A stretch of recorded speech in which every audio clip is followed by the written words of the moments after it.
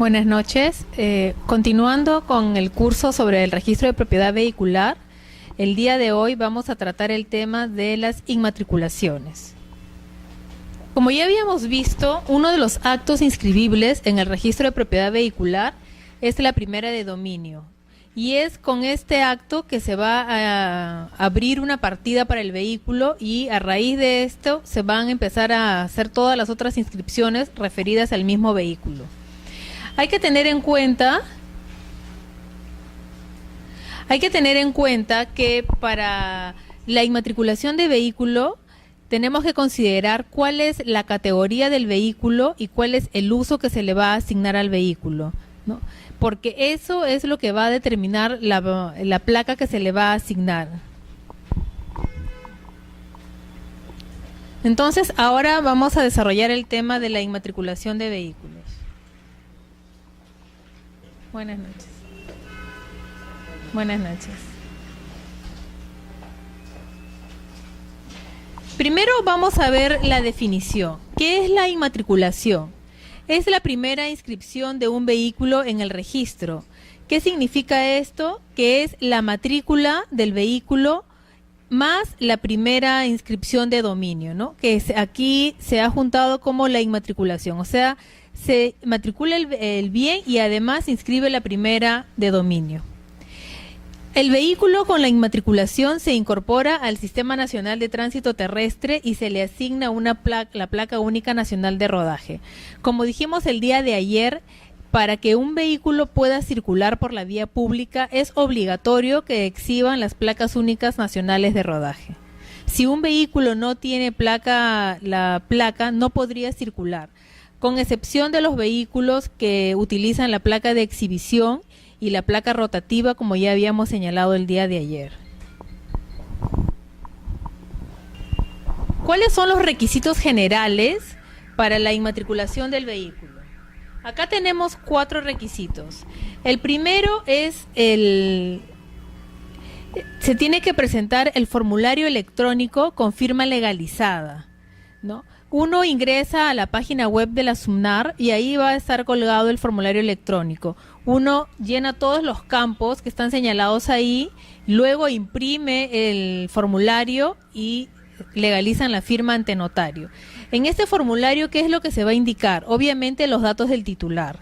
Si es una persona natural, se tendrá que consignar su documento de identidad, sea DNI, si es una persona, si es peruano, o de repente el carnet de extranjería, si es un extranjero. También se va a señalar si el vehículo es un bien propio porque tiene una separación de patrimonios inscrita, tendrá que indicar el número de la partida y la oficina registral donde está inscrita esta separación de patrimonios, ¿no? Si es pertenece al bien, el bien pertenece a la sociedad de gananciales, en el formulario se tendrá que consignar el nombre de ambos cónyuges y el documento de identidad de ambos cónyuges, ¿no? También se debe indicar el domicilio. Ahora, si se trata de una persona jurídica, se tendrá que indicar el número de la partida y la oficina registral donde obra inscrita esta persona jurídica. ¿Qué otro de información se tiene que señalar en este formulario? El tipo y el uso del vehículo, ¿no? Ahí es donde vamos a ver que se va a indicar qué categoría tiene y qué uso se le va a dar. Sobre todo esto es importante para los vehículos de categoría M, porque como ya habíamos visto ayer, a los vehículos de categoría N se les va a dar el único tipo de uso que tienen, no importa qué tipo de categoría sea N1, N2 o N3, el único uso que se le puede dar es el de motorizado para el transporte de mercancías, ¿no? En los vehículos de categoría O, el único uso que se les va a asignar es el de no motorizado para transporte de mercancía. Y los vehículos menores se les va a asignar de acuerdo a la categoría que tienen, o el uso de categoría L1, L2, L3 o L4, o el otro uso que era el de L5, ¿no? Que era para las trimotos, ya sean de carga o de pasajeros. Pero en el caso de los vehículos de categoría M1, habíamos visto que podían ser vehículos particulares o taxi, colectivo, urbano, interurbano e interprovincial. Entonces, sobre todo donde va señalado el tipo y uso del vehículo, es más que nada para los vehículos de categoría M. También se tiene que consignar el número de la DUA, Declaración Única de Aduana, o de la DAN, que es la Declaración Aduanera de Mercancía. ¿Por qué se tiene que señalar esto? Porque esa información, en el registro se va a consignar esta información y se va a jalar de la página web de la SUNAT, se va a cargar todos los datos que aparecen en la DUA o en la DAN.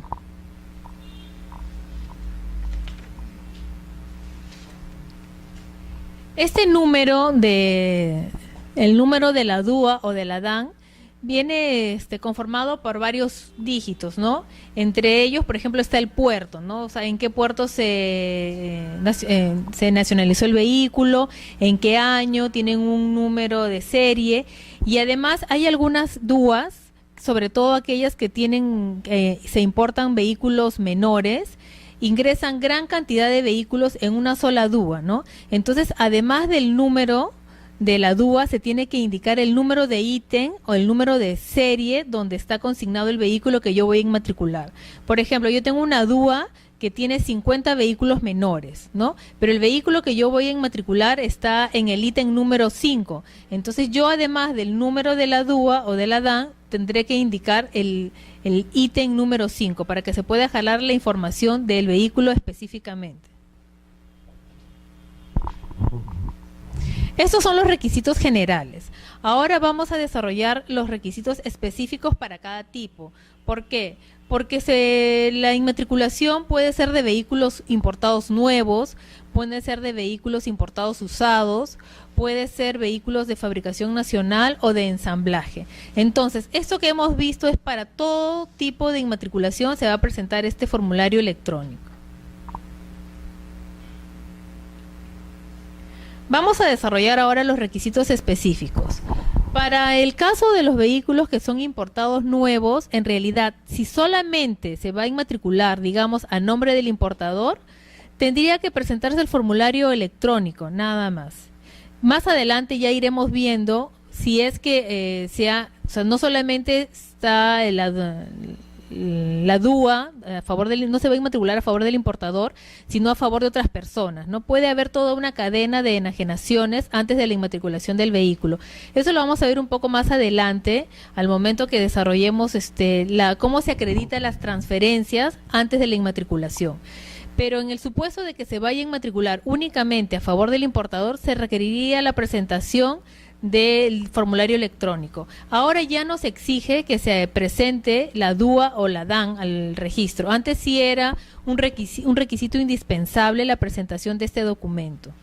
Ahora simplemente basta con señalar el número de la DUA o de la DAN en el formulario. Pero si nosotros vamos a inmatricular vehículos que son importados, usados, ahí necesitamos los siguientes documentos.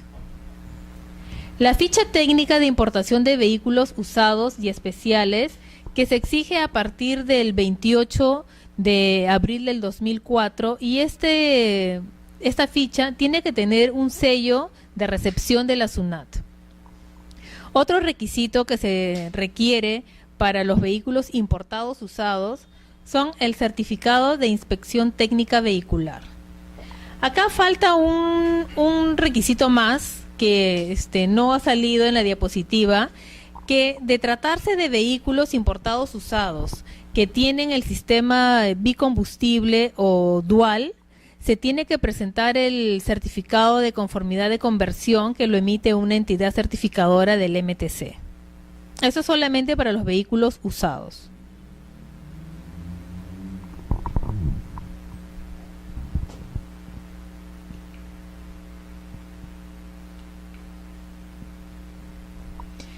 Ahora vamos a ver los vehículos que se inmatriculan bajo el régimen de internamiento temporal. Como vimos el día de ayer, hay vehículos que ingresan temporalmente al país porque son destinados para realizar alguna obra por un determinado tiempo y luego estos vehículos son reexportados. Estos vehículos tienen un tipo de placa especial, como ya lo habíamos visto ayer. ¿Cuáles son los requisitos para estos vehículos? Como ya habíamos visto, tratándose de la importación de vehículos nuevos y usados, no se requiere la presentación de la DUA ni de la DAN, basta con indicar el número en el formulario. pero esto no sucede para los vehículos que son con internamiento temporal. En este caso sí se tiene que presentar la DUA o la DAN en el título, ¿no? Ahora, ¿qué pasa si se extravió la DUA o la DAN? ¿No? Excepcionalmente se puede presentar copia certificada de la DUA con la copia certificada de la denuncia policial y se va a inmatricular el vehículo. En la DUA se va a señalar cuál es el tiempo por el cual que dura el internamiento temporal de este vehículo. Este tiempo, este plazo se debe consignar en el asiento de inscripción. Se puede renovar el internamiento temporal, pero se tiene que hacer la renovación antes de que venza la fecha, ¿no? Si ya venció la fecha del internamiento temporal, yo ya no lo voy a poder, se le va a tener que asignar una nueva placa. En realidad esa placa ya quedaría sin efecto, ¿no? Ahora, una inmatriculación de un vehículo que ha sido, que tiene un internamiento temporal, se puede volver definitivo. En este caso, se tendría que presentar los documentos de la importación definitiva y además se tendría que verificar en la página web de la SUNAT que se haya cumplido con pagar todos los derechos correspondientes.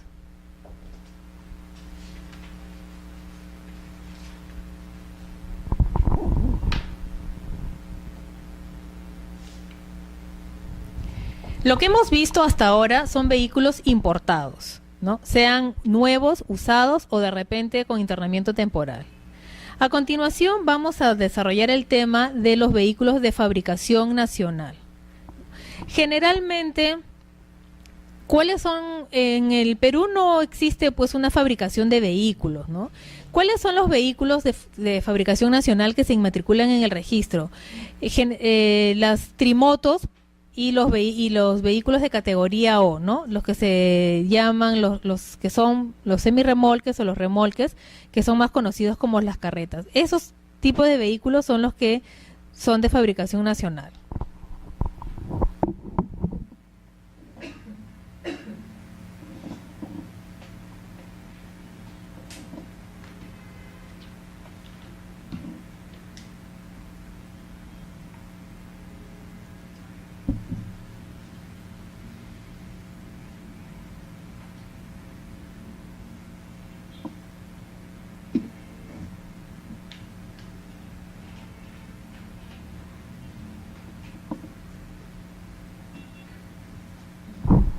Bueno, entonces ahora vamos a desarrollar el tema. Se tiene que presentar el certificado de fabricación con las firmas certificadas notarialmente del ingeniero mecánico o mecánico electricista colegiado, ¿no? Y también se tiene que tener la firma legalizada del representante legal del fabricante, ¿no? Además se tiene que acompañar la boleta de habilitación del ingeniero. Esta boleta se puede presentar en copia legalizada o copia certificada por el fedatario de la institución. Algo muy importante es de que esta boleta tiene que estar vigente a la fecha de expedición del certificado de fabricación, ¿no? Y la fecha que se toma en cuenta es la fecha de la certificación de firmas, porque esa es la fecha cierta que se le da al documento. Puede ser de que de repente el certificado de fabricación haya sido fechado, digamos, 10 de abril, pero la legalización de firmas se realizó el 16 de abril. En realidad la fecha que cuenta ahí se toma como el 16 de abril, que es la fecha de la certificación, que es la fecha cierta.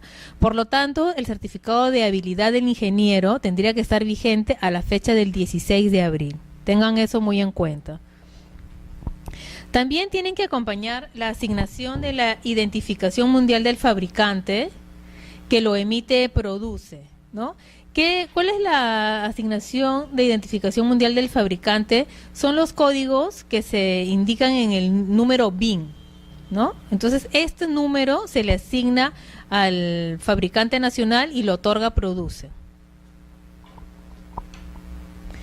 Y además tienen que acompañar el certificado de conformidad de fabricación que es emitido por una entidad certificadora autorizada por el MTC.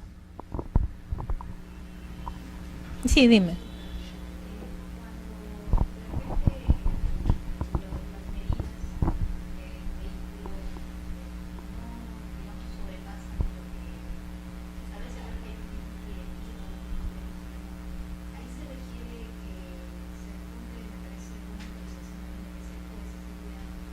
No, esta no es. Estas son para los vehículos que tienen cuando exceden las medidas son vehículos especiales. En este caso no, son vehículos que están dentro de las medidas normales. Y este es un certificado de conformidad que emite esta entidad certificadora y que va a establecer que este vehículo cumple con todas las características técnicas, que no emite gases contaminantes, ¿no? Y va a dar le va a dar luz verde para que este vehículo pueda circular, ¿no? Sí, es totalmente diferente. Este es para todos los vehículos que son de fabricación nacional.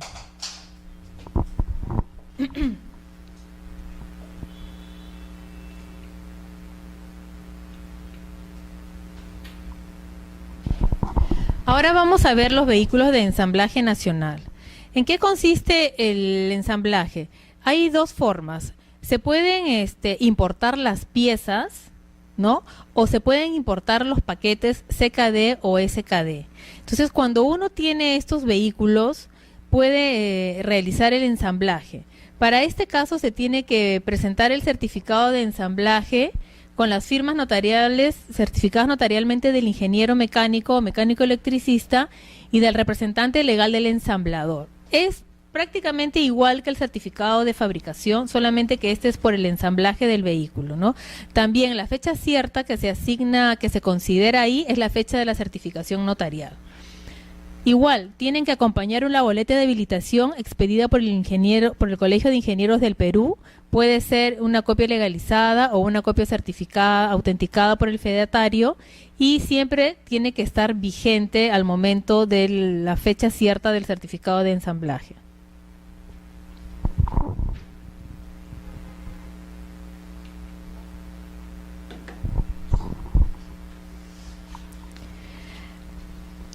Como yo les había indicado, hay dos formas, hay dos tipos de que se importan estas piezas que van a dar origen al ensamblaje del vehículo. Se pueden importar las partes y piezas, o se pueden importar los paquetes en CKD y SKD. ¿Qué significa CKD y SKD? Son las siglas en inglés.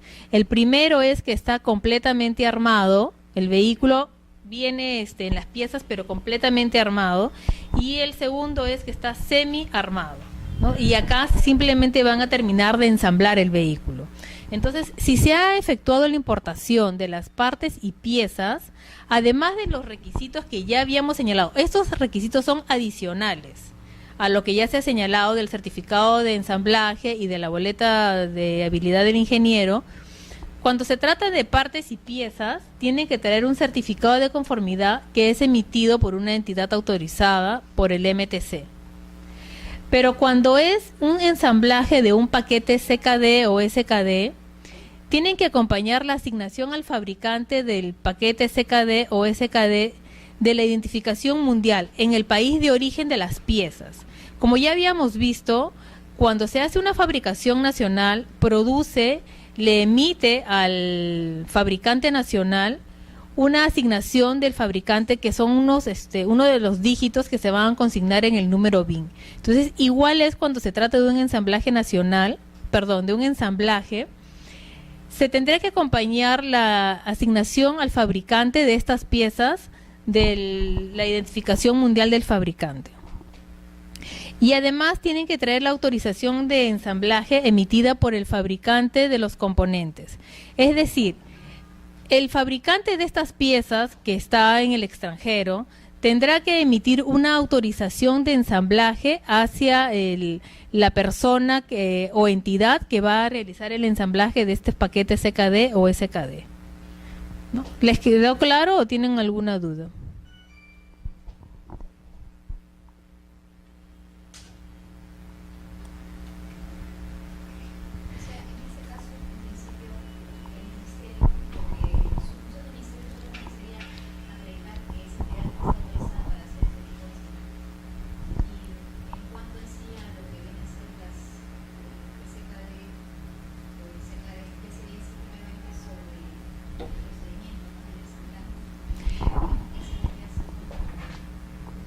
Lo que pasa es de que en el primer caso uno ha importado las piezas individualmente. ¿no? Entonces, al importar las piezas individualmente, se tiene que, al momento de que se ensambla, tú vas a adjuntar una certificación de una entidad certificadora autorizada por el MTC, porque las piezas han venido por separadas. En el segundo caso, si bien el vehículo no está totalmente armado, pero ya viene todo un paquete, que todo ese paquete le corresponde a ese vehículo. No sé si me dejé entender. En el primer caso son piezas sueltas, por eso es que se requiere del certificado que emite la entidad certificadora. Pero en este caso ya viene el paquete, ¿no? Uno ya está semi armado y el otro está completamente armado, ¿no? Entonces, estos vehículos tienen que venir con la identificación del fabricante, porque estos vehículos ya tienen un BIN. Entonces, lo que se tiene que acreditar es que en el país de origen se le otorgó a estos fabricantes de estas piezas el BIN para que ellos le pongan a estos vehículos.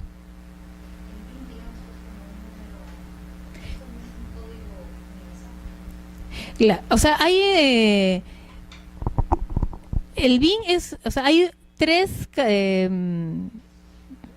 características que son de identificación vehicular, ¿no? Que van a diferenciar un vehículo del otro, que es el número BIN, el número de serie y el número de motor.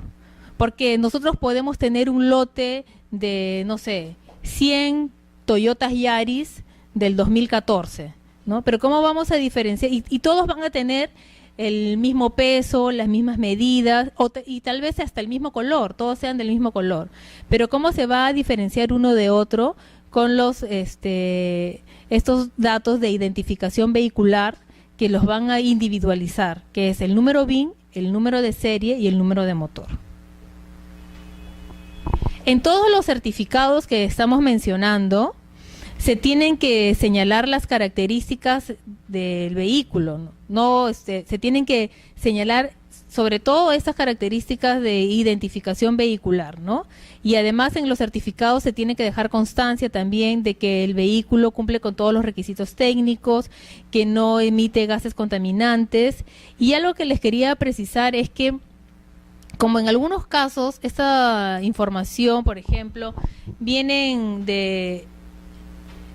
Acá tenemos que estos vehículos, estas piezas, estos paquetes son importados.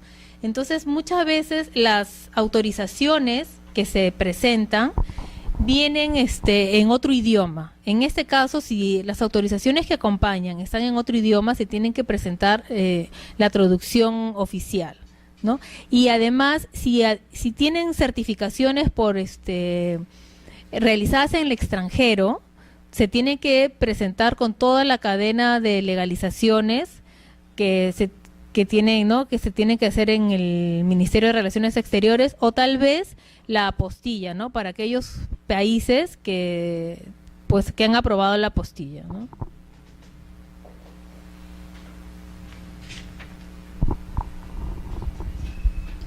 Algo que les quería también precisar, como estábamos hablando de los vehículos importados, ayer algo habíamos adelantado, ¿no? Estos vehículos, tanto los importadores, los fabricantes, como los ensambladores, tienen que acreditarse ante el registro de propiedad vehicular, ¿no?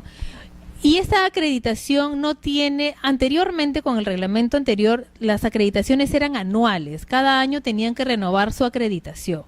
Actualmente ya no. Una vez que se acredita el fabricante, el importador o el ensamblador, esta acreditación no pierde vigencia. Cuando ellos te acreditan, se les otorga un usuario y una clave. Entonces, cada uno de estas empresas va a acreditar a sus propios concesionarios y a sus propios gestores o a los gestores de sus concesionarios. Lo que no tiene caducidad es la acreditación de los importadores y de los ensambladores, pero la de los fabricantes sí, y eso depende, cuando Produce les otorga asignación del fabricante, Produce les da una fecha de vigencia, ¿no? Entonces, esta fecha de vigencia es la que también se va a trasladar al registro, ¿no? Estos fabricantes van a estar acreditados hasta la fecha que establece el certificado que les ha emitido Produce.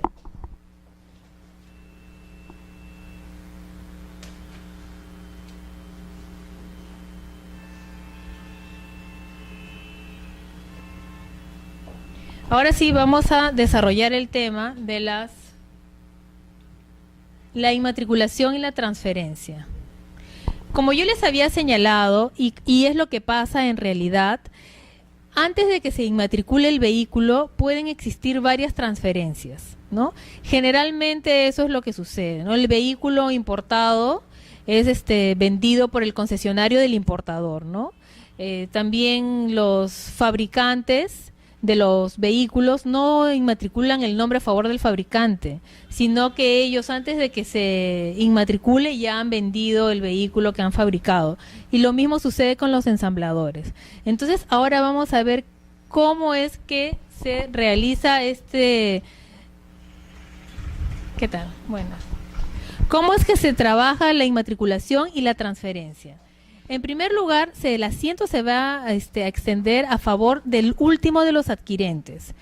Puede ser que haya habido 2, 3, 5 transferencias. Solamente se va a consignar como propietario al último de los adquirentes. Y en el caso del internamiento temporal, se va a consignar la titularidad a favor del importador, salvo que el importador declare que se consigne a favor de un tercero, que es el que va a realizar la obra, porque como ya les había señalado, los vehículos de internamiento temporal los traen para realizar alguna obra de gran envergadura.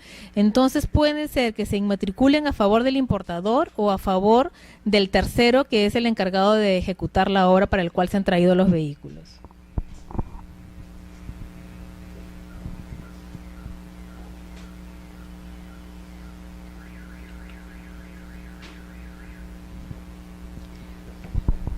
Ahora, ¿cómo es que vamos a acreditar nosotros la adquisición del vehículo? Pues con las empresas comercializadoras o distribuidoras van a emitir un comprobante de pago, ¿no? Este documento es el que va a dar mérito a la inscripción del vehículo a favor de la persona que aparece como comprador en el comprobante de pago. Ahora, si se trata de personas, de empresas unipersonales, si el titular de la empresa unipersonal es casado, se va a tener que acompañar el acta de transferencia en la cual también intervenga el cónyuge. Pero si fuera soltero o de repente divorciado o viudo, simplemente tendría que acompañar una declaración jurada con firma legalizada indicando tal situación, ¿no? Si persona tiene el estado civil de soltero, viudo o divorciado, presenta la declaración jurada, pero si es casado, la transferencia se tendrá que acreditar con el acta notarial.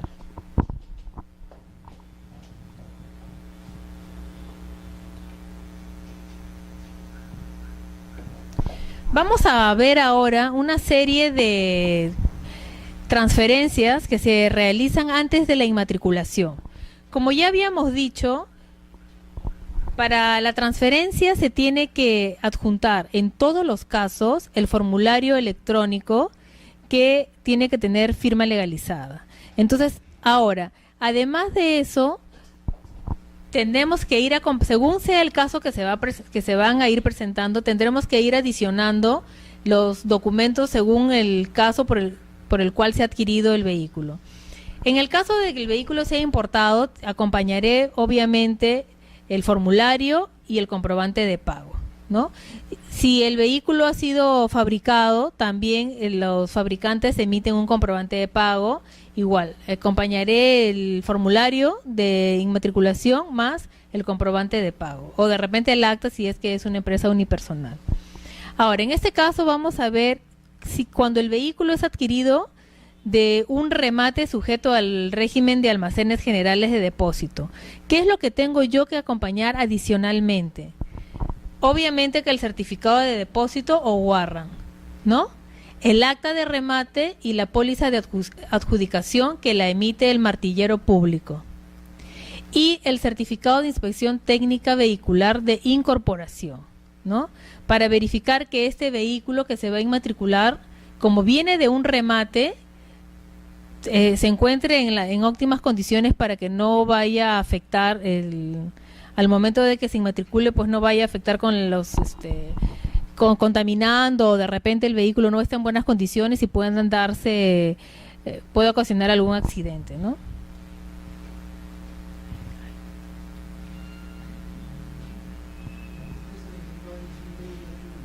Las entidades certificadoras también. La UNI, Senati, ¿no?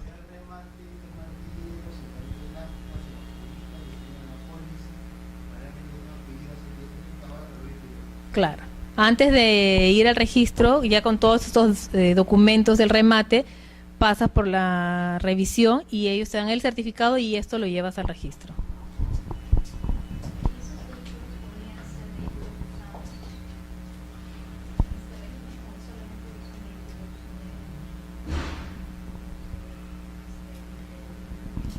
Mira, no se establece, pero yo supongo de que si tú tienes un tipo de...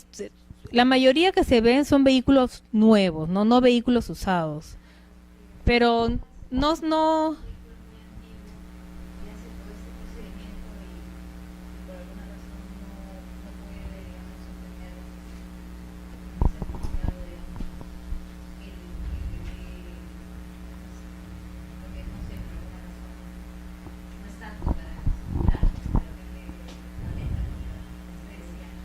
Pero si no tiene ese certificado aprobatorio, no se va a poder inmatricular, claro.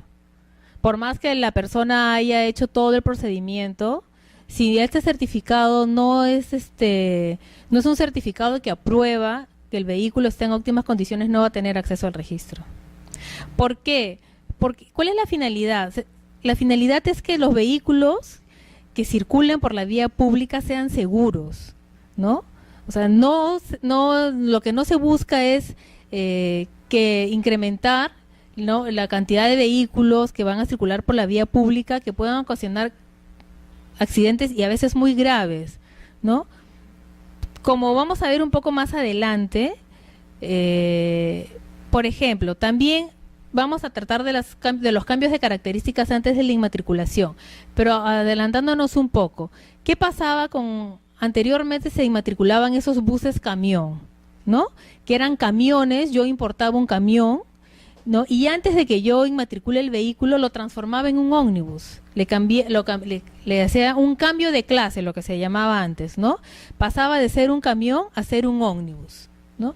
Y presentaban, pues los requisitos eran mínimos, no existían esas entidades certificadoras que actualmente hay y que son ingenieros los que van a hacer la verificación del vehículo, ¿no? Entonces, entre ellos traían unas cartas de garantía de los talleres o de las empresas que le habían hecho el cambio de clase y se inmatriculaban porque no existía ninguna prohibición. Actualmente ya no se puede hacer ningún cambio de clase, lo que se llamaba antes, o a lo que se dice actualmente, ningún cambio de categoría de un vehículo que está destinado, que ha sido fabricado para el transporte de mercancías, convertirlo en un vehículo destinado al transporte de pasajeros. Actualmente no se inmatricula ningún tipo de vehículos que se les denominaba buses camión, ¿no? Que originalmente habían sido un camión y que fueron transformados en un ómnibus. Ahora, ese tipo de cambio está prohibido, ¿no? Si alguien importó un vehículo y transformó su camión en un ómnibus, por más que haya hecho todo el proceso, no va a tener acceso al registro.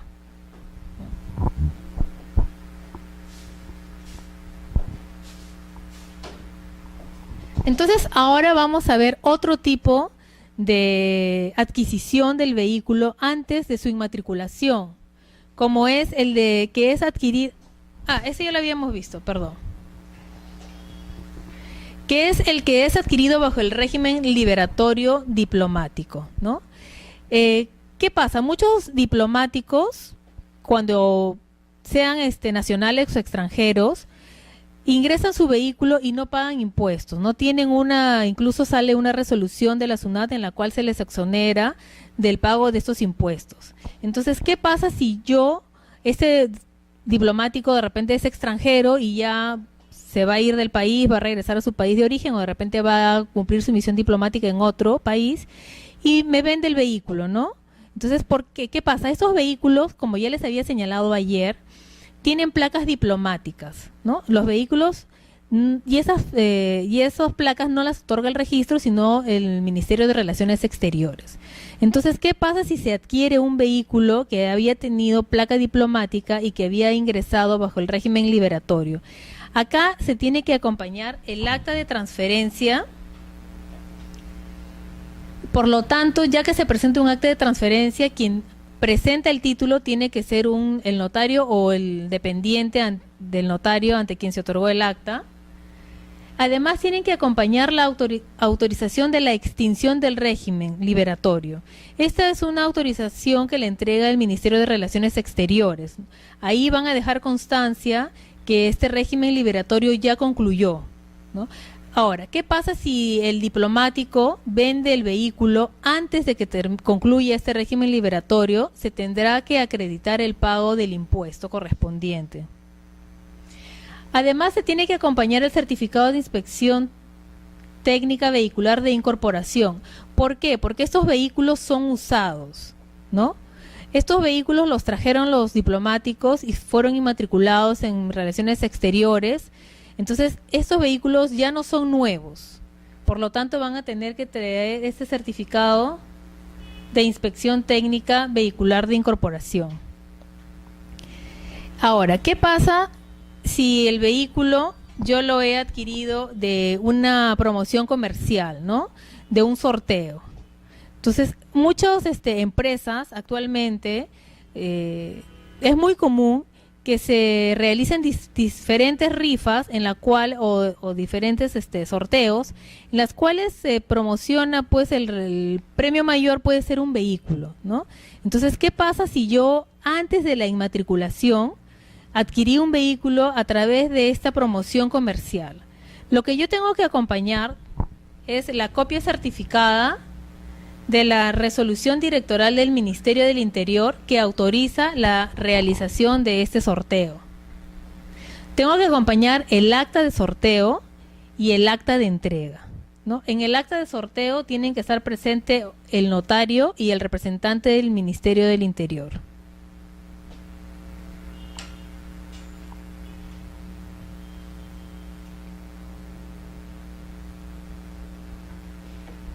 Ahora, también tenemos transferencias que se realizan por remates de la SUNAT. Hay dos tipos de remate que realiza la SUNAT, ¿no? ¿Qué pasa? Hay muchos vehículos que a veces son importados, pero los importadores nunca no retiran la mercancía de la aduana y entonces esos vehículos que quedan en la aduana en algún momento pueden ser rematados. Entonces, acá vamos a ver cuáles son los documentos que tienen que acompañar al registro para acreditar la transferencia a través de un remate de la SUNAT. En primer lugar, tiene que acompañar el oficio que tiene que estar dirigido al registro de propiedad vehicular.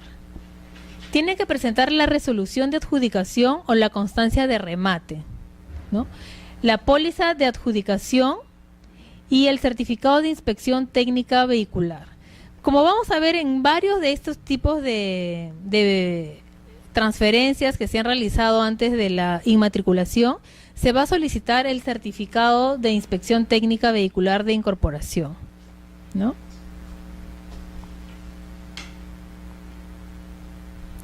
Acá lo que tenemos que resaltar es que la póliza de adjudicación tiene que ser original, no pueden acompañar una copia, ¿no?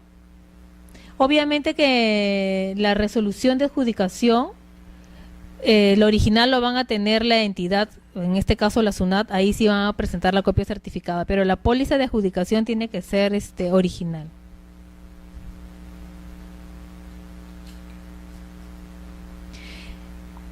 Los remates de la SUNAT pueden ser de dos tipos, ¿no?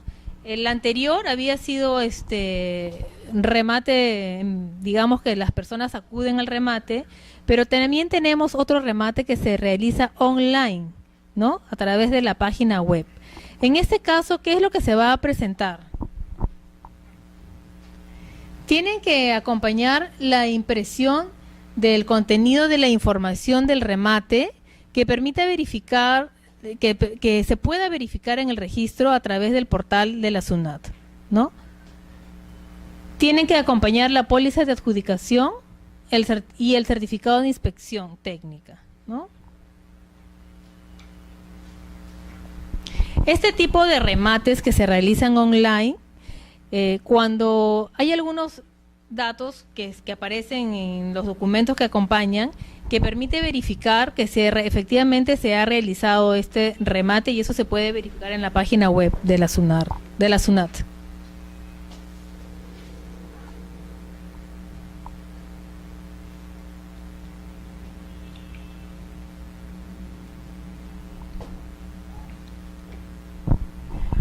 Ahora vamos a ver una forma especial de acreditación de la adquisición, ¿no?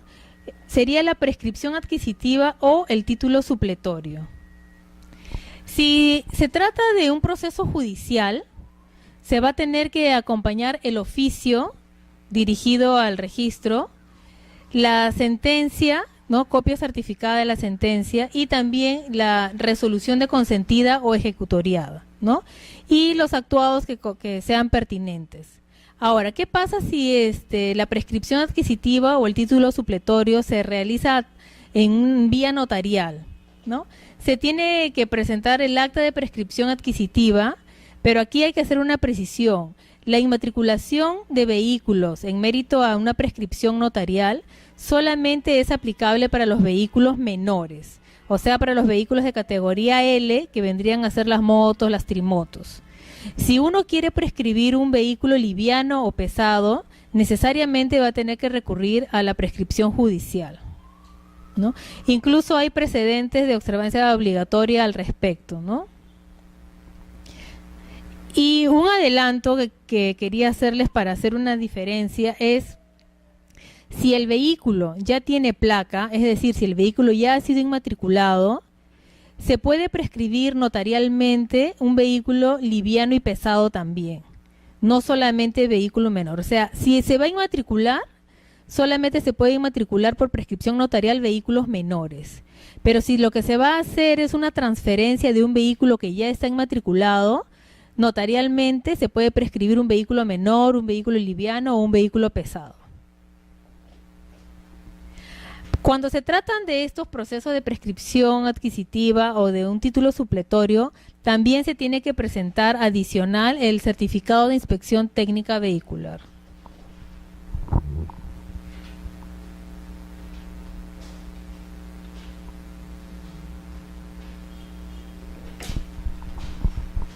En ese tipo de procesos de prescripción o de título supletorio, se tiene que indicar el número de la DUA o de la DAN cuando el vehículo ha sido importado, o se tiene que acompañar el certificado de fabricación o de ensamblaje.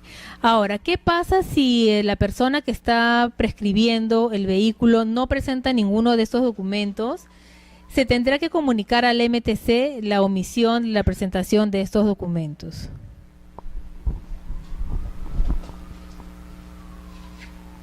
Ahora, yo creo que es un poco complicado a veces si alguien está prescribiendo un vehículo que pueda tener la DUA o el certificado de fabricación de este vehículo, ¿no? Entonces, porque la mayoría de vehículos que uno prescribe tiene la posesión, no necesariamente puede ser que lo ha importado y de repente se me perdió el comprobante de pago y yo no puedo acreditar cómo es que lo compré. Entonces podría recurrir a la prescripción, pero yo tengo la duda. De repente el vehículo era un vehículo fabricado, yo tengo el certificado de fabricación, pero también perdí el comprobante de pago y no tengo forma de obtener. Entonces podría recurrir a la prescripción, pero hay muchos casos donde las personas no tienen ni la DUA ni tampoco el certificado de fabricación, y el acceso al registro es un poco más difícil en estos casos. Ahora, lo que yo quería precisar es que antes de este reglamento Siempre que se emitía un comprobante de pago, se exigía que se presente el comprobante de pago original, que acredite la transferencia del vehículo. Pero actualmente este nuevo reglamento, que ha recogido un precedente de observancia obligatoria, permite que se acompañe copia legalizada del comprobante de pago. No es necesario que se presente el documento original.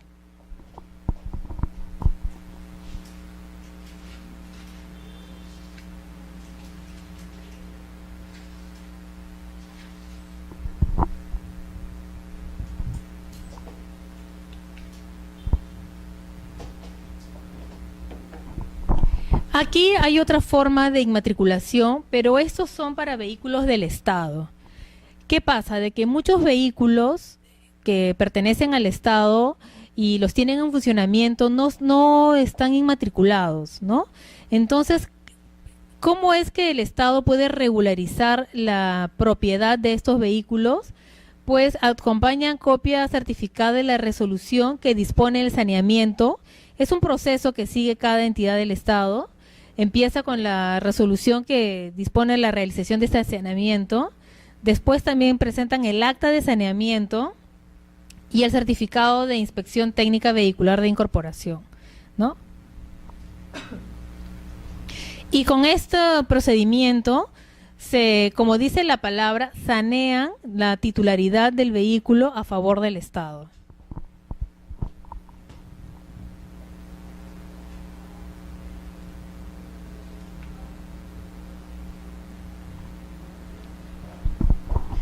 Ahora, muchas entidades del Estado también tienen vehículos que no han sido inmatriculados, como ya hemos visto en el caso anterior, pero que los rematan, ¿no? Les dan de baja y cualquier persona puede acceder a adquirir esos vehículos. Entonces, aquí vamos a tener dos casos, ¿no? Si el primer caso es de los vehículos que que están en los depósitos, que están abandonados en los depósitos y que son rematados. Acá lo que primero que se tiene que acompañar es el oficio que se va a dirigir al registro de propiedad vehicular, ¿no? La resolución ministerial que designa a la comisión encargada que va a realizar el remate. La resolución que convoca al remate, el acta de remate y la póliza de adjudicación. Y como ya les había dicho, en todo este tipo de transferencias se va a requerir el certificado de inspección técnica vehicular de incorporación.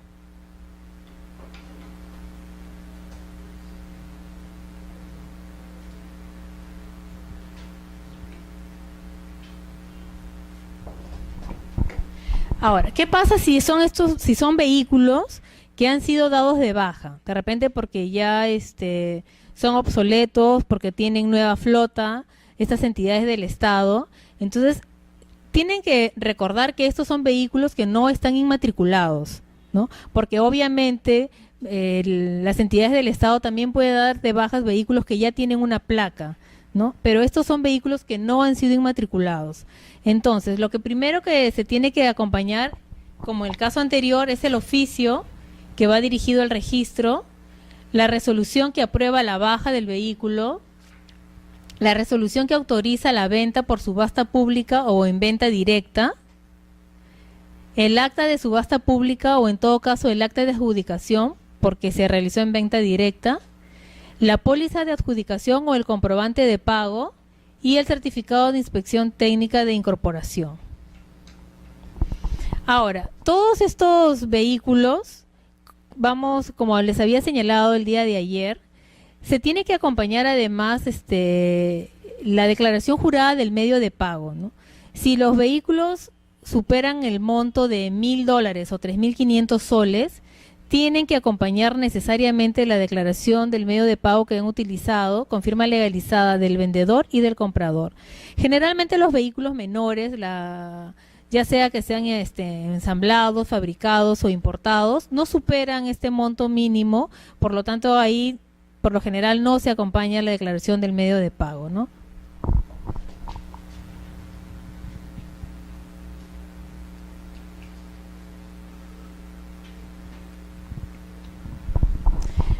Como les había señalado, anteriormente, se puede realizar modificaciones al vehículo antes de su inmatriculación, ¿no?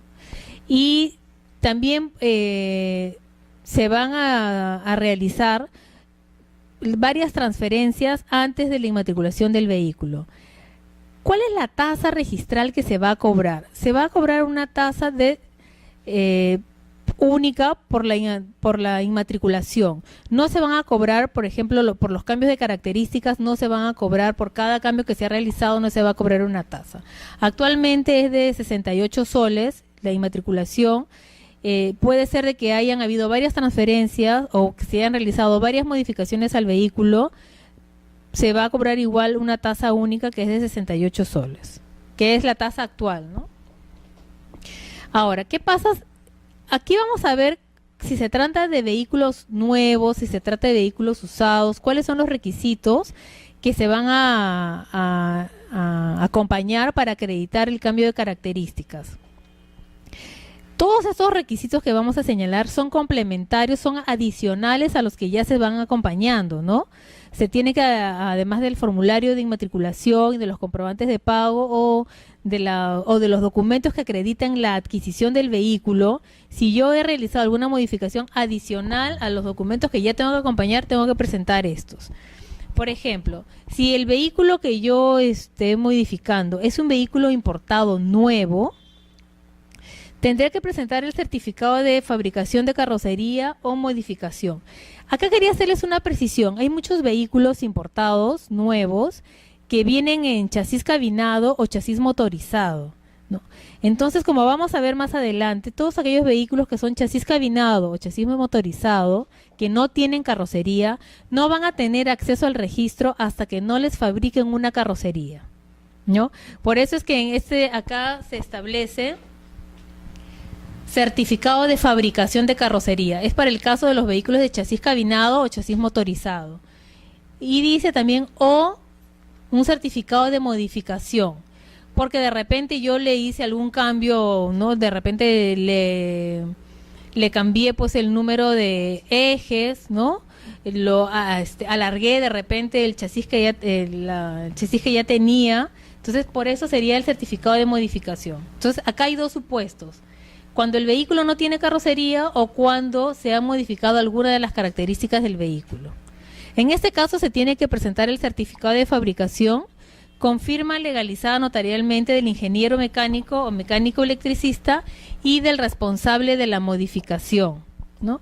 Como en los casos que ya habíamos visto de la fabricación o del ensamblaje, además tienen que presentar la boleta de habilitación del ingeniero emitida por el Colegio de Ingenieros del Perú, que tiene que estar vigente.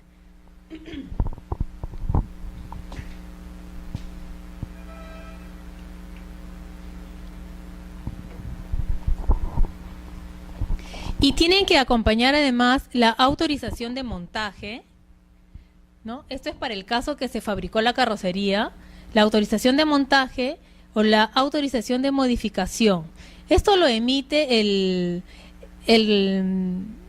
representante de la marca en el Perú, ¿no? Por ejemplo, de repente yo importé un Volkswagen, ¿no? Esos camiones que no tienen carrocería, le fabrico la carrocería.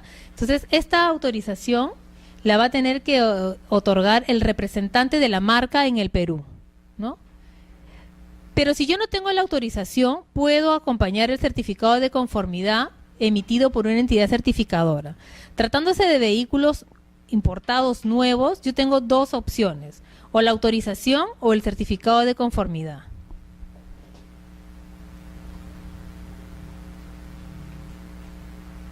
Pero ¿qué pasa en el caso de los vehículos que son importados usados? Bueno, al comienzo también es básicamente lo mismo: el certificado de fabricación de la carrocería o de la modificación con la firma de los ingenieros, que tienen que estar legalizadas. También tengo que acompañar la boleta de habilitación del ingeniero, pero acá viene la diferencia, ¿no? Tengo que presentar el certificado de conformidad de modificación que ha sido emitido por una entidad certificadora. Aquí no tengo la opción de presentar la autorización emitida por el representante del fabricante en el país. Cuando se trata de vehículos importados usados, la única opción que me queda es presentar el certificado de conformidad.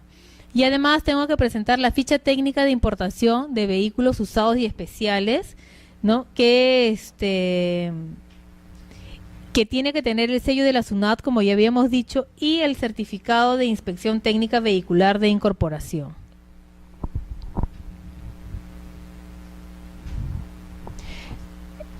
Estos últimos requisitos ya los habíamos señalado en el caso de la importación de vehículos usados, ¿no?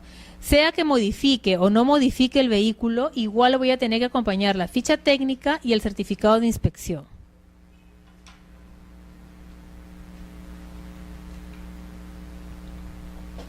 Ahora vamos a ver cuáles son las prohibiciones para inmatricular. ¿Qué vehículos no van a tener acceso al registro? En primer lugar, como ya les había señalado, los vehículos incompletos. ¿Cuáles son los vehículos incompletos? Los que son chasis motorizado, que corresponde a los vehículos de categoría M, o los que son de chasis cabinado, que son los vehículos de categoría N. Para que esos vehículos tengan acceso al registro, se les va a tener que fabricar la carrocería. Otros vehículos que no tienen acceso son los vehículos reconstruidos. ¿Cuáles son los vehículos reconstruidos? Aquellos que se han hecho de partes y piezas de otros vehículos, ¿no? De piezas que formaron parte de otros vehículos.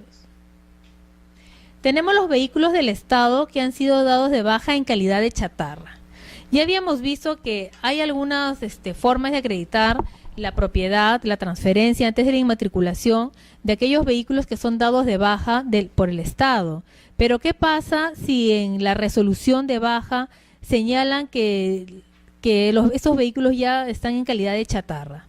Definitivamente, por más que la persona lo repare, lo arregle, no va a tener acceso al registro, ¿no? Los motivos de la baja tendrán que ser otros, ¿no? De repente puede ser que es oneroso el mantenimiento o que tienen ya demasiada flota, pero si en la resolución de baja se indica que han sido dados de baja porque están en calidad de chatarra, esos vehículos no tendrán acceso al registro. Y como les había indicado ayer, los vehículos de categoría O1, que son aquellos que tienen un peso bruto de 0.75 toneladas o menos, tampoco tienen acceso al registro.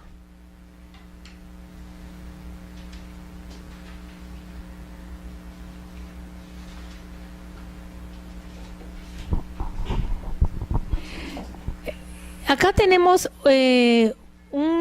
otro vehículo que más o menos viene vinculado a la pregunta que hizo su compañera de aquellos vehículos que los habían adquirido por remate y qué pasaba si iban a la entidad certificadora y no les daban el certificado que el vehículo estaba apto. Entonces estos vehículos no van a tener acceso al registro, ¿no? Los vehículos que han sido siniestrados o que según el certificado de inspección técnica no están operativos no tendrán acceso al registro. Por más que la persona de repente haya seguido todo un proceso de remate del vehículo que muchas veces es engorroso, lamentablemente no tendrá acceso al registro de ese vehículo. Y acá tenemos los vehículos que tienen un registro especial de carácter administrativo, como eran los vehículos diplomáticos. Estos vehículos no tienen acceso al registro de propiedad vehicular porque se tienen que inscribir en el Ministerio de Relaciones Exteriores. Y acá están los vehículos que son nacionalizados, pero para un uso distinto al tránsito por el Sistema Nacional de Transporte Terrestre. ¿Y eso dónde está establecido? Está establecido en la Declaración Única de Aduana o en la Declaración Aduanera de Mercancía, que era el caso que habíamos estado hablando ayer de las cuatrimotos, ¿no? ¿En qué momento, cuándo tiene acceso o no una cuatrimoto al registro? Cuando el importador así lo declara. Si yo declaro que va a circular por la vía pública, entonces esa cuatrimoto se inmatriculará. Pero si yo digo en la DUA o en la DAN que no va a circular por la vía pública, entonces no va a tener acceso al registro. En todo caso, puede ser de que la persona haya hecho una mala declaración ante aduanas. En ese caso, previamente tendría que corregir la Declaración Única de Aduana o la Declaración Aduanera de Mercancía. Otro tipo de estos vehículos que algunas veces se ha consignado que no van a circular son los vehículos de colección, ¿no? En algunos casos estos vehículos de colección los importadores han señalado que no van a circular y por lo tanto no tienen acceso al registro. Pero muchas veces nosotros hemos visto la exposición de vehículos antiguos que se han realizado. Entonces, y además estos vehículos en realidad, dependiendo del estado en que se encuentren de restauración, pueden circular por la vía pública, pero siempre y cuando tendrán acceso al registro siempre y cuando se señale en la DUA que van a circular por la vía pública. Para importar un vehículo de colección tiene que tener una antigüedad de 35 años o más.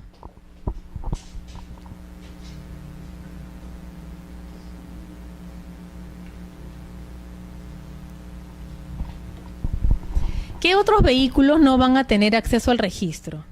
Los vehículos que no tienen levante autorizado o que la DUA o la DAN ha sido dejada sin efecto, ¿no? Esta información nosotros la verificamos en la página web de la SUNAT. Ahí podemos verificar si tiene levante autorizado o si de repente la DUA ha sido dejada sin efecto. Este tipo de vehículos tampoco tendrán acceso al registro.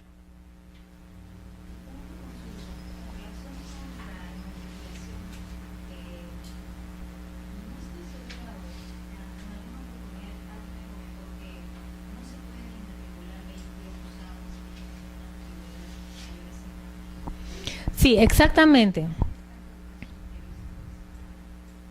Esa norma que habla sobre la importación de vehículos usados es el decreto legislativo 843, ¿no?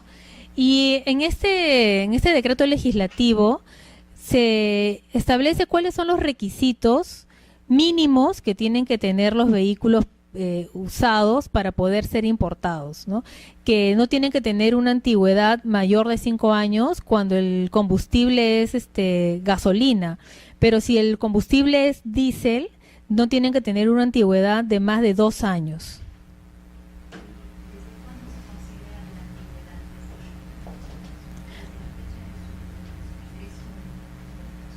No, desde la fabricación.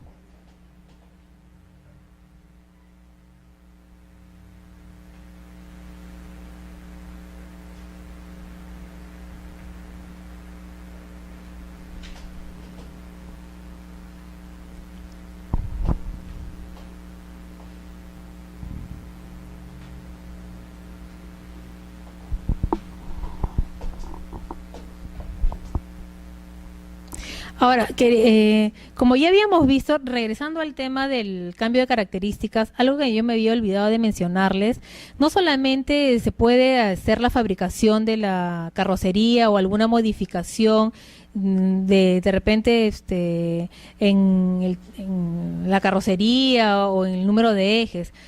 Hay una característica que es básica, ¿no? Que es totalmente simple, un cambio que es como, por ejemplo, el cambio de color, ¿no? Para el cambio de color no se necesita más que presentar el formulario notarial de cambio de características con firma legalizada. En realidad, para todos estos vehículos que son modificados antes de su inmatriculación, tienen que acompañar el formulario notarial con firma legalizada. Si es un cambio de color, no necesitan de certificados y no necesitan ni siquiera adjuntar el comprobante de pago de la persona que efectuó el cambio de color. Basta con que se acompañe el formulario notarial. Ahora, si se hace el cambio de motor, se presentará el comprobante de pago o la DUA o DAN que acredite la importación del motor o tal vez el contrato con firmas legalizadas por la adquisición del motor, ¿no? Además del formulario notarial. Si el cambio de motor implica que se está modificando la cilindrada, la potencia del motor que ya con el cual contaba el vehículo, además tendrán que presentar un certificado de conformidad de modificación, ¿no? Incluso antes de inmatricular el vehículo, yo puedo convertirlo a GNV o GLP, ¿no? Si yo realizo esa modificación, tengo que presentar el certificado de conformidad de conversión que lo emiten estas entidades certificadoras, ¿no? Sí.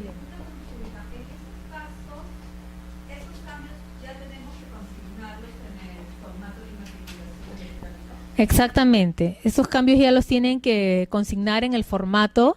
Incluso, mira, también hay otro tipo de cambio que se da sobre todo en los vehículos menores, que muchas motocicletas las convierten en trimotos, ¿no? Sea trimoto de carga o trimoto de pasajeros. Entonces, una de las mayores observaciones que se producen en las inmatriculaciones cuando se ha realizado este tipo de cambio es que no declaran la categoría actualizada del vehículo, porque ese vehículo se importó como L3, que era una motocicleta, y se le fabricó, se le hizo el cambio de carrocería y se convirtió en un vehículo trimoto. Ese vehículo cambió de categoría también. Entonces, esta nueva categoría debe consignarse en el formato de inmatriculación, ¿no? Y todos los cambios que se han producido tienen que estar también en el formato de inmatriculación. Ahora, sí.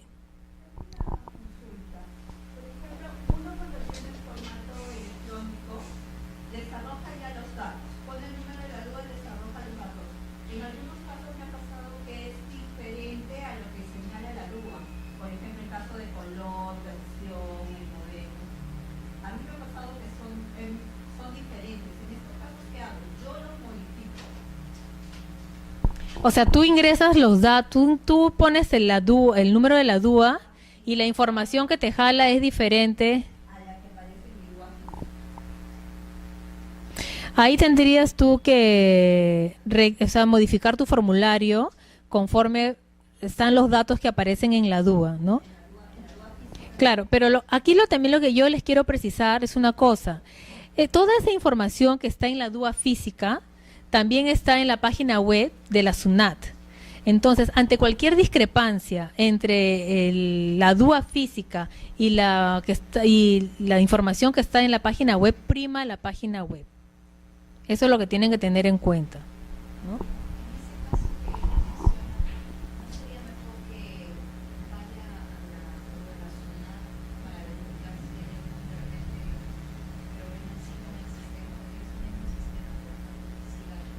Claro, pero tú también puedes verificar desde tu casa o de tu oficina, puedes verificar el SIGAT ingresando el número de la DUA. Y ahí tú vas a comparar la información que aparece en la DUA física y en el SIGAT. Si coincide, no sabría explicar cuál es la razón por la cual al momento de ingresar el número de la DUA jala otra información. Pero si coincide la DUA, el documento físico, con el SIGAT, entonces ella tendría que modificar los datos conforme aparecen en los documentos, ¿no?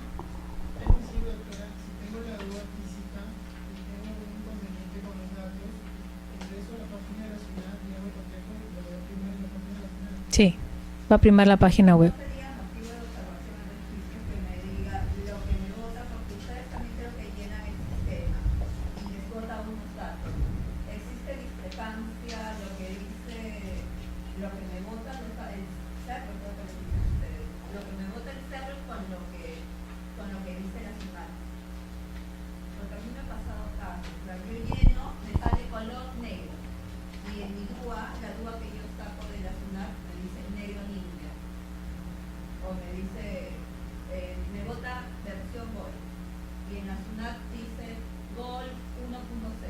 Claro, pero ahí sabes qué es lo que está pasando también. La DUA tiene 3 ejemplares, el A, el B y el C, ¿no? Y muchas veces los datos que están en el A no coinciden exactamente con los datos que aparecen en el formato B. Es por eso que algunas veces se producen estos tipos de problemas. Tendría que en todo momento, en todo caso, el importador al momento de hacer la declaración tiene que hacer la declaración exacta para que se consigne el mismo dato en ambos ejemplares. Porque si no me equivoco, la información que jala en el registro se jala, me parece que es del ejemplar B el que se jala, ¿no? Entonces, a veces si no coincide con el A, de repente por eso es el que puede haber algún inconveniente.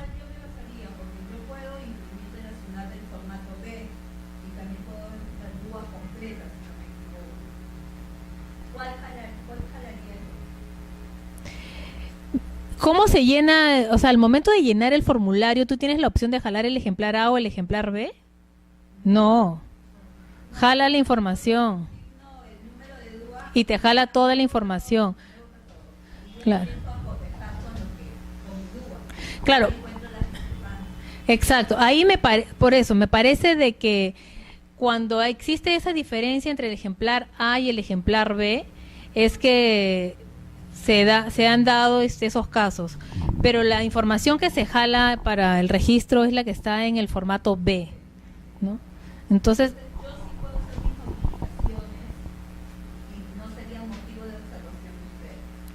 porque al momento se tendría que cotejar con el SIGAT. Si coincide con el SIGAT, entonces eso tiene prima ante la información física, ¿no? Además que actualmente ya no presentan la DUA tampoco física, basta con que se presente el formulario. Entonces, la información que jala el registrador es el de la página web. Ahora, ¿cuál es la ventaja que el formato sea electrónico actualmente, ¿no? Si ustedes habrán visto, y si no lo han visto, en la parte inferior izquierda hay un código de barras, ¿no? En los formatos electrónicos de inmatriculación tienen un código de barras. Entonces, al momento que ingresa al registro, eso facilita mucho la inscripción, ¿no? Se pasa a la lectora y jala la información que está en el formato electrónico. Algo que les quería precisar es, en el caso de la importación temporal, el formato de inmatriculación no se llena manualmente, ¿no? En los demás vehículos sí se llena electrónicamente, pero en el de internamiento temporal es manual, ¿no? Incluso ahí tienen la obligación de presentar la DUA, ¿no?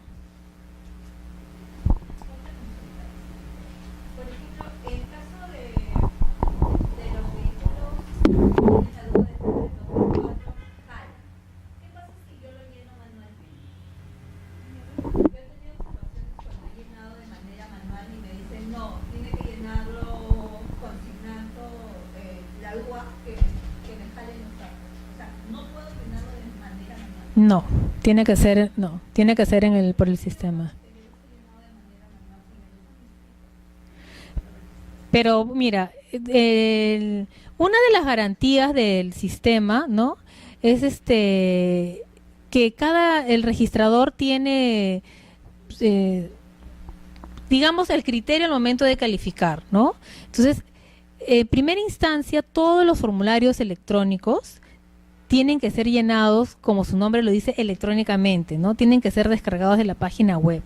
De repente pueden ser dudas muy antiguas, que esa no te permite jalar la información de la página web de la SUNAT.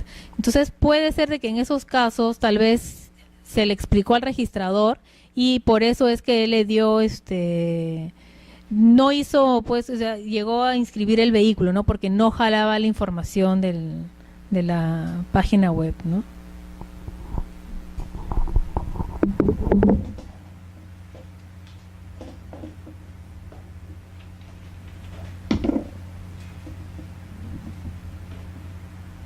No sé si tengan alguna otra pregunta.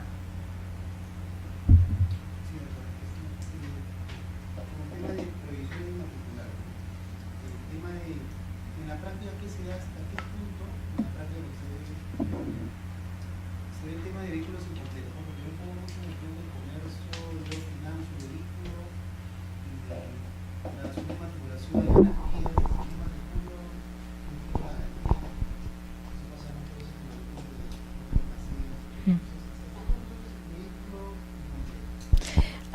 Mira, aunque no lo creas, hay muchos vehículos que se importan incompletos, más de lo que ustedes puedan pensar. Bastantes vehículos vienen con chasis motorizado o chasis cabinado. Y simplemente se fabrican la carrocería, ya sea para vehículos de categoría N, como también para vehículos de categoría M.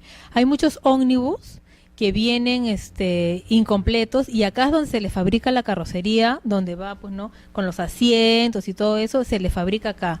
Ahora, algo que tú habías mencionado de las garantías, cuando se va a inmatricular el vehículo, el registrador está en la obligación de hacer una búsqueda para verificar que ese vehículo no esté inmatriculado en ninguna zona registral, ¿no?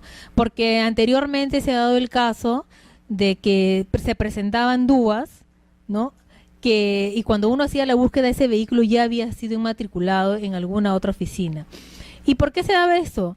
Porque así como en el caso de los vehículos de internamiento temporal, se da la opción de adjuntar copia certificada de la DUA y la copia certificada de la denuncia por la pérdida. Antes, cuando se obligaba, había la obligación de acompañar la DUA, muchas veces también se presentaban pues copias, ¿no? Y la denuncia de la pérdida de la DUA. Entonces, eso se prestaba a que de repente en alguna otra zona se inmatriculara, ¿no? Y antes no había esa interconexión que hay actualmente.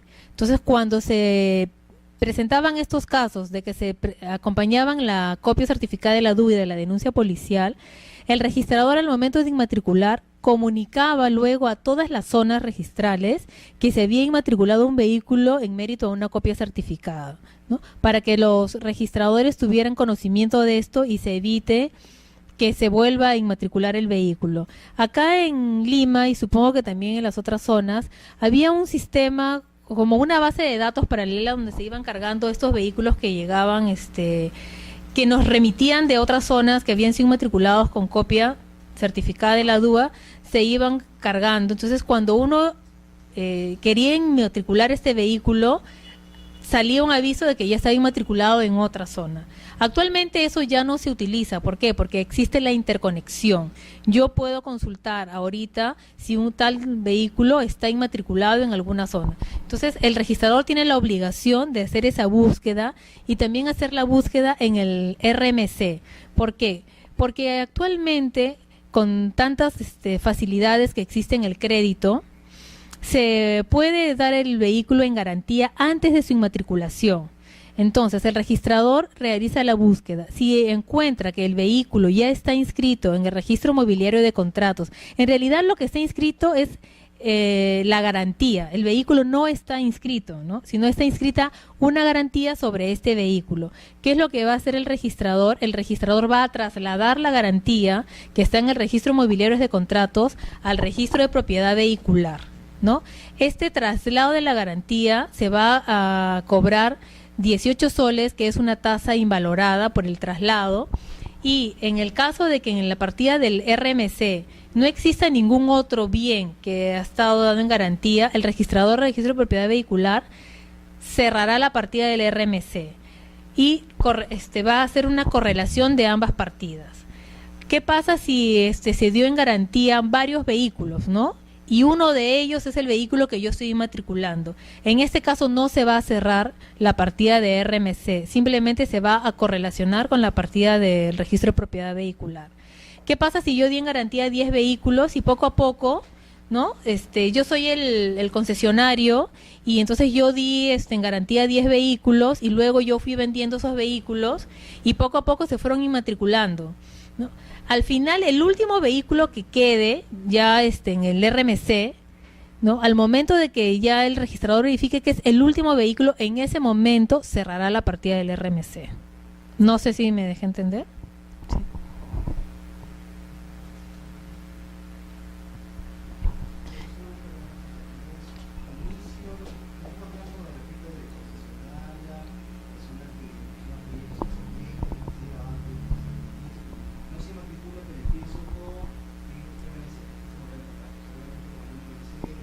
Sí, exacto.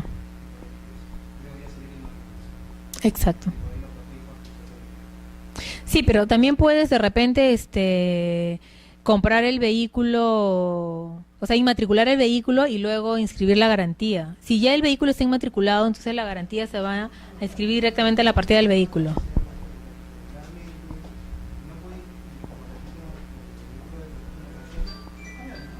Ujú.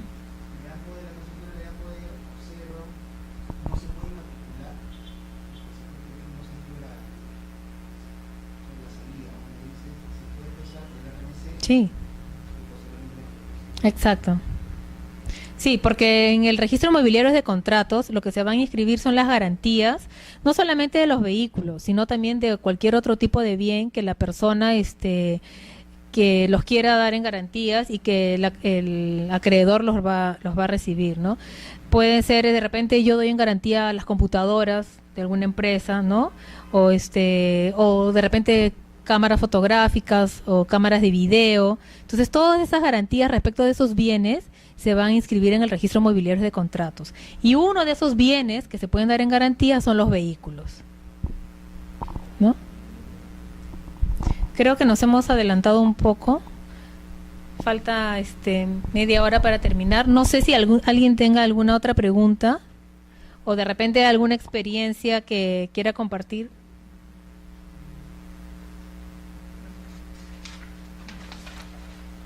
Ahora, por ejemplo, en cuanto a las acreditaciones de los importadores, fabricantes y ensambladores, bueno, los fabricantes no, porque ya hemos dicho de que ellos sí, su empadronamiento va a tener una vigencia que es la vigencia que se establece en el certificado de produce. Pero es una ventaja que el empadronamiento de los importadores y de los ensambladores ya no tenga una fecha de caducidad. Porque, ¿qué pasaba? Que muchas veces no renovaban a tiempo sus empadronamientos. Entonces, al momento de que el registrador verificaba si estaba o no estaba empadronado este importador o el concesionario del importador y veía que no estaban, entonces salían pues las observaciones en el sentido que previamente tenía que renovar el empadronamiento, ¿no? Y a veces esos importadores no es que lleven uno o dos vehículos, llevaban gran cantidad de vehículos y hasta que no saliera la resolución que renovaba el empadronamiento, pues estos vehículos estaban observados, estos títulos, y estos vehículos no estaban inmatriculados, ¿no? Entonces ahora, con que este empadronamiento no venza, entonces ya no van a tener este problema. Y también ellos mismos, y en tiempo real, van a ir cargando a cuáles son los concesionarios, o de repente también sacando a alguna empresa que ya no va a ser su concesionaria y va a ser en tiempo real. Porque antes, cuando todo este trámite se presentaba a la gerencia, tenía todo un proceso, ¿no? Pasaban varios días hasta que saliera la resolución del empadronamiento, ya sea del importador, fabricante o tal vez de sus concesionarios. Pero ahora en tiempo real ellos van a poder cargar o dejar sin efecto algún concesionario o algún gestor. Y esto agiliza mucho la inscripción y también la comercialización de los vehículos, ¿no?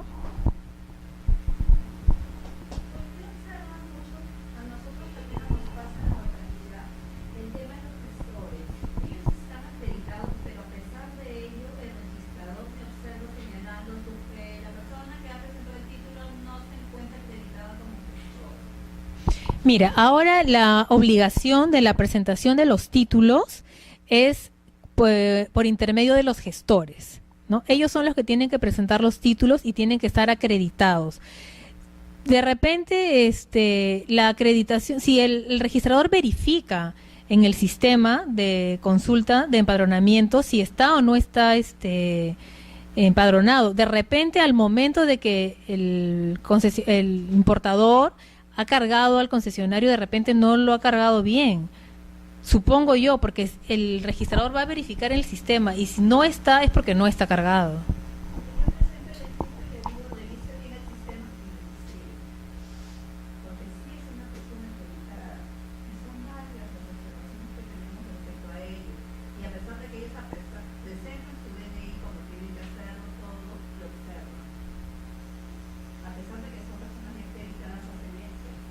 Bueno, en ese caso no podrían, si la persona ya está acreditada y aparece en el sistema de consulta con su acreditación vigente, no tendrían por qué observarlo.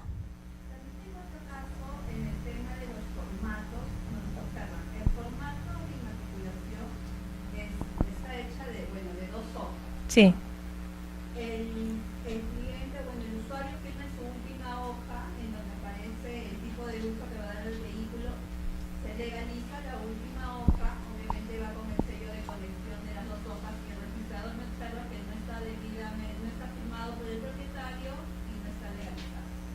No, mira, incluso eso ya se había establecido, Porque, ¿qué pasaba?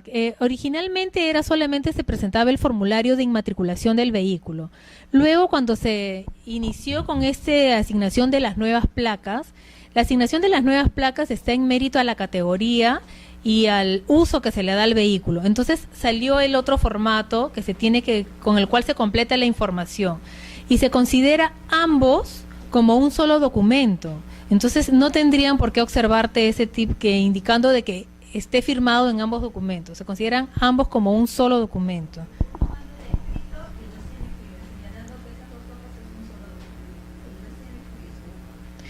Mira, tal vez en algunos casos se pueda dar que lo observen cuando no tienen el sello de conexión de ambos formatos, porque algunos notarios al momento de legalizar no conectan ambos formularios, entonces no se tiene certeza de que correspondan al mismo documento en sí, ¿no? Entonces ahí sí podría ser materia de observación, pero si tienen el sello de conexión que tú dices, no cabría que sea observado. Sí, dime.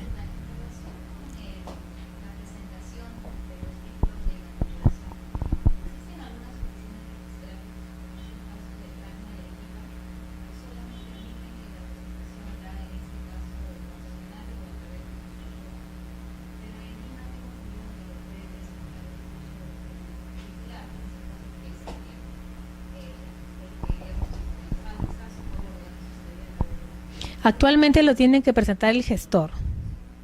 Sí.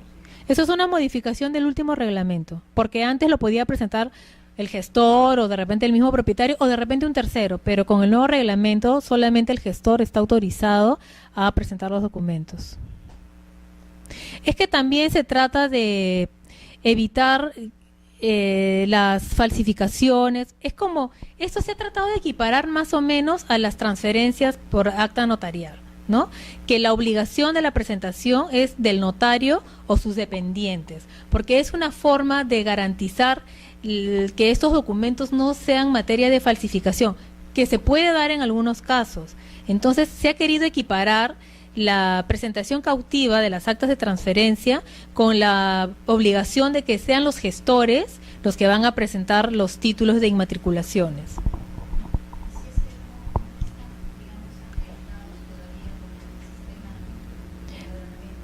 Va a ser materia de observación, como estaba señalando tu compañera. No. Ex.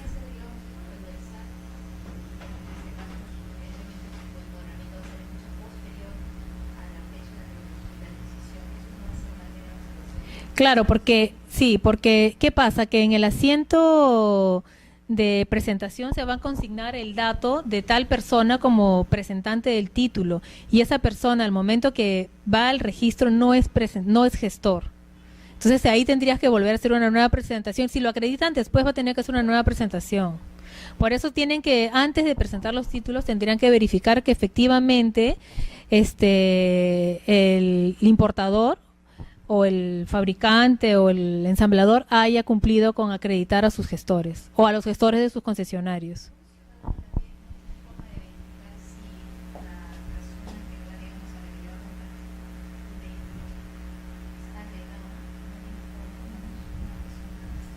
No, pero es que tú le compras el vehículo a una empresa, o sea, un vehículo nuevo, digamos, o un vehículo importado usado, y todos estos importadores tienen que estar acreditados. Es más, para que un importador tenga acceso a acreditarse como tal, tiene que presentar al registro que tiene que acreditar que su actividad es la importación de vehículos. O sea, un ciudadano que no se dedique a la importación de vehículos no puede ir y decir, bueno, ahora yo me quiero acreditar como importador. Yo tengo que acreditar tal condición.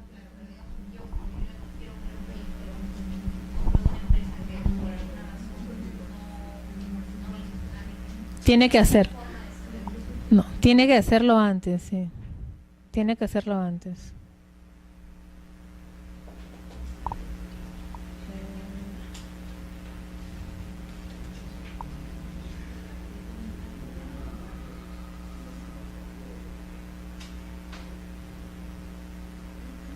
No sé si tengan alguna otra consulta.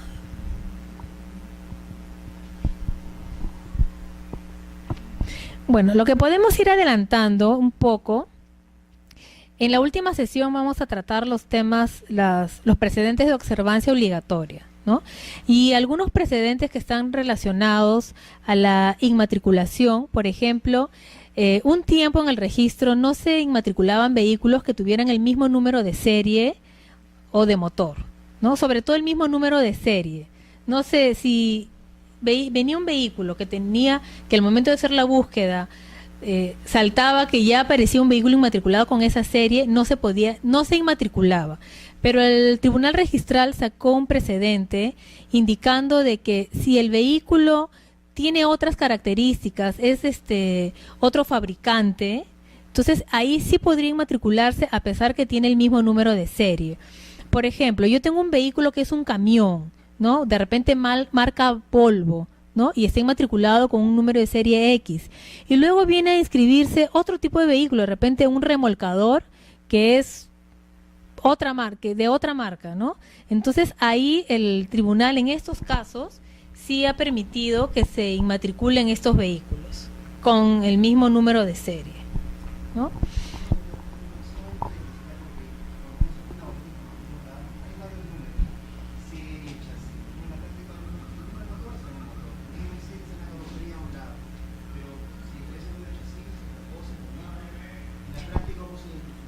Como número de serie. Claro. Vendría a ser el número de chasis. Ahora, los vehículos antiguos no tienen número VIN, por ejemplo, ¿no?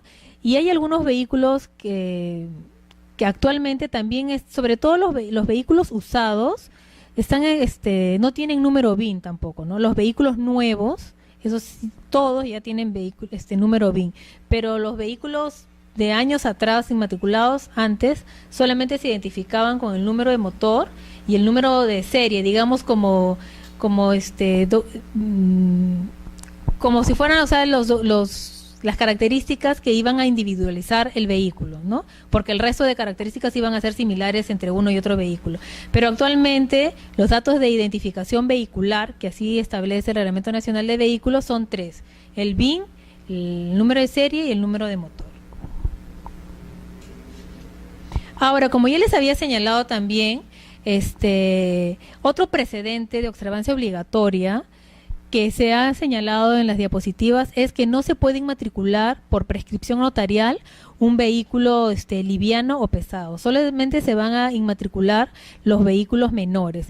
¿Y por qué se dio esto? Esto se dio, como ya les había explicado el día de ayer, muchas municipalidades inmatriculaban vehículos menores, ¿no? Entonces, cuando salió la ley de vehículo menor en el 2004 y dispuso que ya las municipalidades no inmatricularan vehículos, y es más, todo el acervo documentario de estas municipalidades iban a pasar a las oficinas registrales de su jurisdicción, muchos de estos vehículos de repente no iban a poder tener acceso al registro, ¿no? Muchos de estos vehículos menores no iban a poder tener acceso al registro. Entonces, por eso se dio la figura de la prescripción notarial para los vehículos, ¿no? A raíz de esta ley del vehículo menor. Y por eso es que solamente se limita a la inmatriculación de vehículos menores y no de vehículos livianos ni pesados. Posteriormente salió una norma que, cuando salió esta ley, solamente se entendía que la prescripción era para los vehículos menores, sean que ya tuvieran placa o que no tuvieran placa. Luego salió otra norma que amplió la prescripción notarial para los vehículos livianos y pesados que ya tuvieran una placa SUNAR, ¿no? Entonces, ese también es un precedente de observancia obligatoria. Y hay algunos precedentes que han sido recogidos en este último reglamento, ¿no? Que antes figuraban solamente como precedentes, pero que ahora ya forman parte del reglamento de propiedad vehicular, como relativo a la calificación registral de documentos que sean que vengan por mandato judicial, por mandato administrativo o por o el otro era laudo, sí, por laudo. Entonces, este nuevo reglamento de vehicular, este nuevo reglamento ha considerado la calificación de documentos que vengan de laudos, ¿no? Y en los tres casos, tanto que de procedimientos judiciales, administrativos o de laudos, se ha establecido que el registrador no puede calificar el fondo del proceso, ¿no? El registrador no va a ver si es que el notario o el juez o de repente el árbitro cómo es que ellos han efectuado el proceso. Eso no va a calificar el registrador, ¿no? Bueno, de los jueces eso ya viene desde mucho tiempo atrás, que simplemente el registrador lo que puede hacer es pedir aclaraciones, pero no va a decirle al juez si el proceso estuvo bien o mal llevado, ¿no? Y administrativamente también el registrador puede pedir aclaraciones, pero no puede, la observación que él formule no puede ir sobre el fondo del asunto, ¿no? Eso también ha sido recogido en este nuevo reglamento de vehicular, que lo vamos a ver más detalladamente cuando veamos las transferencias. Existen algunas veces que se han realizado inmatriculaciones por mandato judicial, pero no es la mayoría de casos. Y por laudo no he visto yo ningún caso que se haya inmatriculado en el registro de propiedad vehicular, ¿no? Pero transferencias sí se han efectuado por laudos y bueno, judicialmente también y administrativamente mucho más.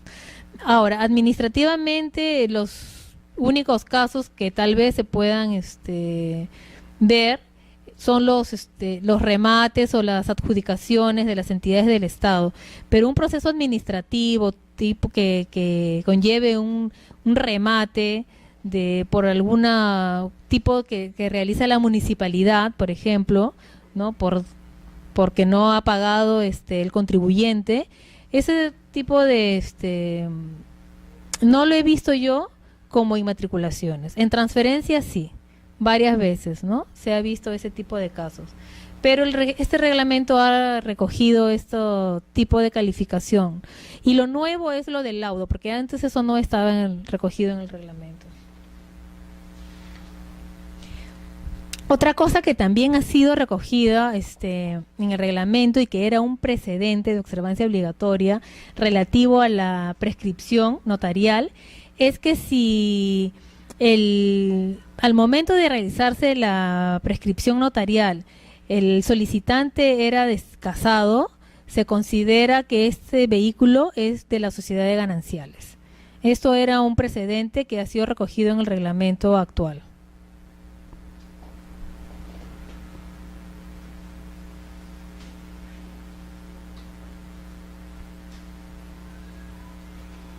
Ahora, lo que yo debo señalar es que la inmatriculación de vehículos usados ha disminuido bastante, ¿no? Ahora lo que prima en el registro es la inmatriculación de vehículos nuevos, ¿no? Hay mucha facilidad para adquirir los vehículos nuevos y que son de mayor garantía. Otra cosa que también el registrador tiene que indicar al momento de inmatricular el vehículo, si es que este vehículo, por ejemplo, en el caso de los vehículos usados, es un vehículo que ha sido reacondicionado. ¿Qué significa que ha sido reacondicionado? Estos vehículos que tenían pues el timón a un lado, al lado izquierdo y ha pasado que lo tenía al lado derecho y ha pasado al lado izquierdo. Entonces, si el vehículo es reacondicionado, eso figura en el asiento y también esta información figura en la tarjeta de identificación vehicular.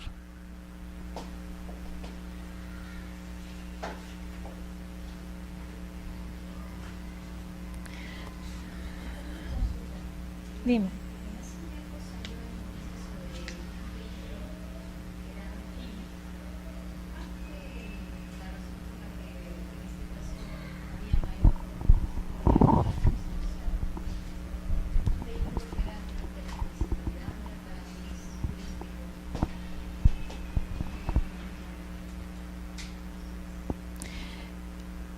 Mira, ese caso no lo he visto, pero ahí lo que pasa es que para la inmatriculación de los vehículos, es que los vehículos están destinados al tránsito por la vía pública. De repente ese vehículo no estaba destinado al tránsito, entonces definitivamente no se va a poder Inmatricular.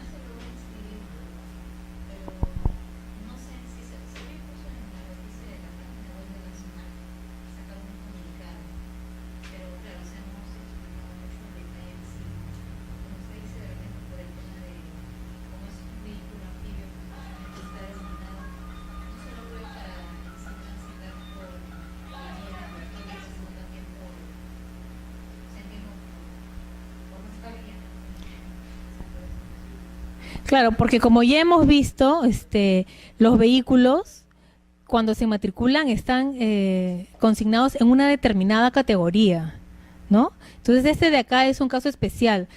Es como las cuatrimotos, que cuando se comenzó a aplicar se comenzaron a asignar las nuevas placas de rodaje, no tenían acceso al registro de las cuatrimotos tampoco, porque eran prácticamente un híbrido. Tenían las características de un vehículo menor, pero por ser de 4 ruedas era un vehículo de categoría M, pero no tenía los demás requisitos de un vehículo de categoría M. Entonces, también hubo jurisprudencia al respecto y se optó por darle acceso al registro, siempre y cuando así estuviera establecido en la DUA que iba a circular por la vía pública, pero con todo el tratamiento de un vehículo menor. Entonces, ese caso debe haber sido similar, ¿no?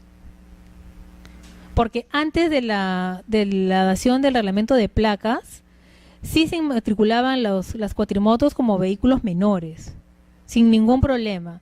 Pero cuando salió este reglamento de placas, es ahí donde comenzaron a surgir los problemas, pero que ya han sido solucionados con la jurisprudencia y también con la directiva que unifica las características de los vehículos. Ahí también se establece que la cuatrimoto es un vehículo de categoría M, pero que en su matriculación se le da el tratamiento de un vehículo de categoría L.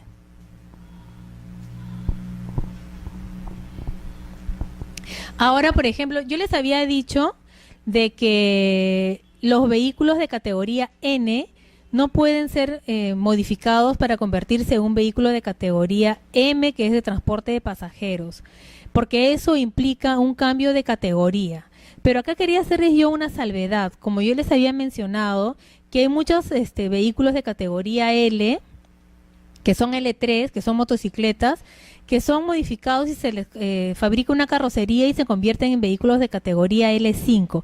Este caso no es un cambio de categoría, porque estos vehículos siguen siendo de categoría L, muy distinto con los otros vehículos que eran para transporte de mercancías, que eran categoría N, y pasaban a convertirse en vehículos de transporte de personas que eran de categoría M. Ahí sí hay un cambio de categoría. Pero si yo a una moto le fabrico una carrocería y la convierto en una trimoto, eso no es un cambio de categoría, simplemente es un cambio de característica.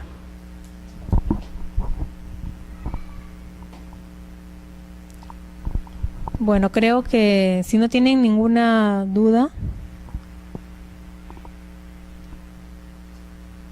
Para el día de mañana vamos a desarrollar todo lo que son transferencias. Hay diferentes tipos de transferencia. Lo más común son las compras-ventas, ¿no? Que se realizan por acta notarial, ¿no? Eso es el común denominador del registro de propiedad vehicular, las transferencias por compras-ventas. Pero existen varios tipos. Vamos a desarrollar bastante el tema de la formalización de la propiedad, ¿no? Que existen 2 formas de formalizar: por la prescripción o por el saneamiento de tracto interrumpido, ¿no? El proceso de saneamiento es un poco engorroso, pero mañana poco a poco lo vamos a ir desarrollando, y cualquier duda, como ustedes ya tienen el PowerPoint, mañana vamos a ver todo lo que es transferencias. Si de repente tienen alguna pregunta, algún caso en particular, ustedes lo pueden traer y mañana lo podemos ver. Bueno, muchas gracias.